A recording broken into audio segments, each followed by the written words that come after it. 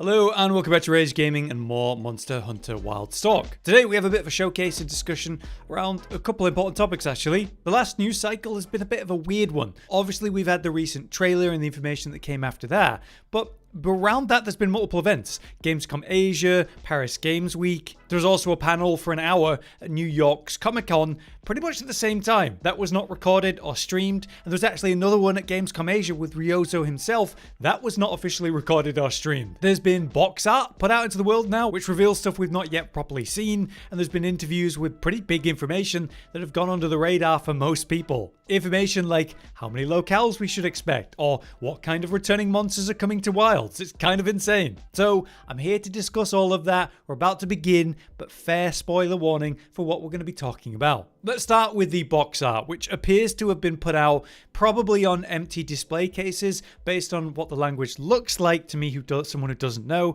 Maybe this is somewhere in the east, whether it's Japan or somewhere else, I don't know. What it shows is our first region of the Windward Plains with the Sacred Portable Camp. They're doing some cooking. There's the Handler and the Palico. And then we have these three images below. Two of them are familiar and normal, but that center one is kind of a big deal. It is literally Arkveld in a way that we have never seen him before.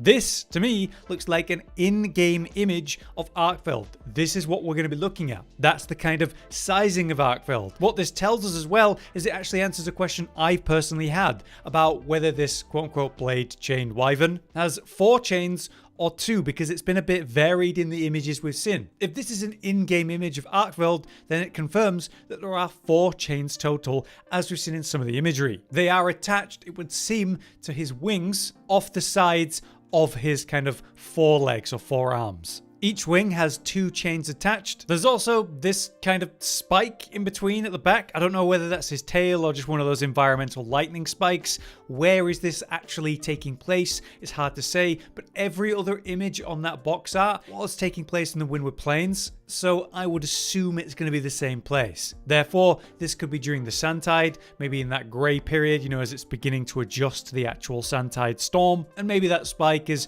just one of those terrain spikes that are in that region that lightning strikes regularly hit. Still, it's very interesting to see, and I do wonder whether the amount of chains changes during the fight, maybe during his enrage. There's still that purple nature that's hidden under this white wraith, and how much will that come through? Sure, in the whips, but in the body of Arkveld too. Next then, let's talk about the big one.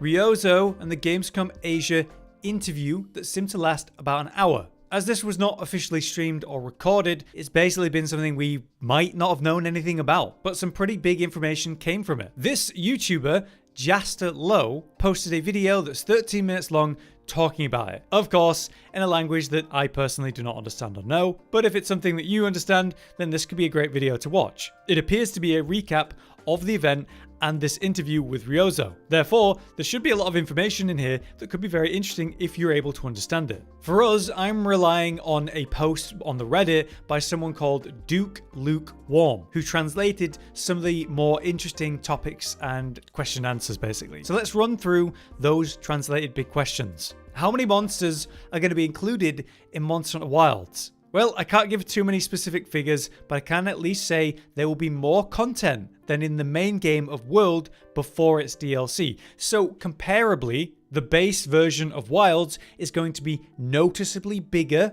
in terms of content than World. And World was pretty damn big and solid in itself at its launch. As speculated in that post though, it would seem that the minimum count of monsters is going to be 30 based on that information. And I could easily see it based on the other topics we've seen. But the next question is what kind of monsters will actually be returning from previous games? And the answer is big. We will be bringing back monsters that did not have a chance to come back in World, Iceborne Rise, or Sunbreak. That's a huge deal. And we're going to get into what that actually means in a moment. The last relevant translated question though is this. Will there be more new maps? Now this took place at Gamescom Asia. This was right before we had the Oil Well Basin reveal and Trailer 5. So keep that in mind, but the answer was this.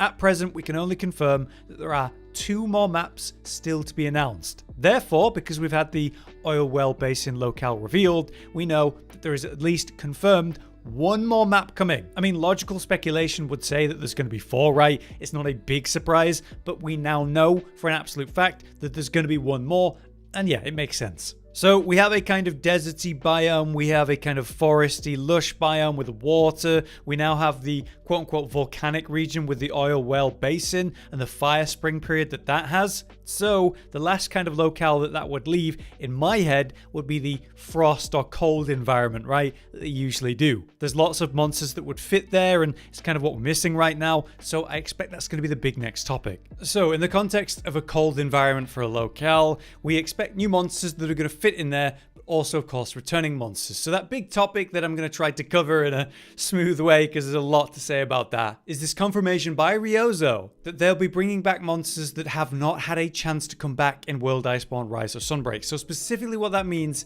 is returning monsters from the older games that weren't in World Iceborne Rise or Sunbreak. So an older monster that came to World would be something like Diablos. So we shouldn't expect to see Diablos in base wilds. That's the meaning of that. At least that's how I interpret it. So there's actually a huge list there that we can consider. Barroth, Diablos, Uragaan, Deviljho, Barioth, Kirin, Teostra, Kushala, of course, Lunostra, Nagakuga, which was in both Rise and World, for example, Tigrex, Glavenus, Brachydios, to Josh's sadness, Zinogre from me and many others, that sucks. Rajang, which to be fair, we've seen him quite a lot recently. Fatalis and Elatrion though, I mean, I still would love to fight those again, but god, they were good fights in Worlds. But one that is interesting is Yian Garuda, because that's one that we thought was teased in the background of the extended cut version of Trailer 4 with all those Yian Kutkus. There was a suspiciously purple looking one or a different looking one, and it would make sense that you'd have something like Yian Garuda being like the alpha compared to the Kutkus. But based on that wording, it could be a confirmation that that's just not a monster coming back, though we'll see. Other monsters we saw would be things like Astalos, Gormagala, the Daimyo Hermitor, Espinas, Seragios, Shigara Magala, Shogun Cernator, Basirios, Chameleos, Great Baggy and Rogi, Kezu, Lagombi, Mizutsune, the Royal Ludroth, Volvodon, Amatsu. These, based on that meaning, none of these would be coming to Wild, at least the base version. There's a lot of monsters to just be sort of like cut, basically. So what would be possible picks based on an ice region that could be revealed next? Well, probably the top one is Lagiacrus, especially considering the whole Leviathan issues, the skeleton issues they had with World. Those are now fixed, as they've been talking about quite a bit in regards to Balahara, how proud of that they are, and all the really cool movement and grappling that monster's actually been seen to be doing. So Leviathans definitely are back on the menu, and the most popular monster that wants to come back is Lagiacrus, and that would fit very well. The only real issue is that, you know, people expect underwater combat for that monster. Could we have it come back as just an on-land fight? Maybe where it goes into the water and then comes to fight us again? Yes, we've literally seen a new apex predator, Uthduna, exit the map bounds to do her like big slam wave attack. So you could do something similar with Lagiacrus. There'd be nothing wrong with that. So I think there's actually serious potential for that. Another monster that's a big topic is Nerzilla, and there's been a lot of discussion about wanting this spider to come back. We obviously have a new spider type in the form of Lalabarina, so it would fit well. It's just, hey, we already have one. There was this interesting speculation about this quote-unquote proof of Nerzilla from the Oil Well Basin trailer though. This was posted by Rathalos Watch. They saw this still image of what appeared to be some kind of giant spider web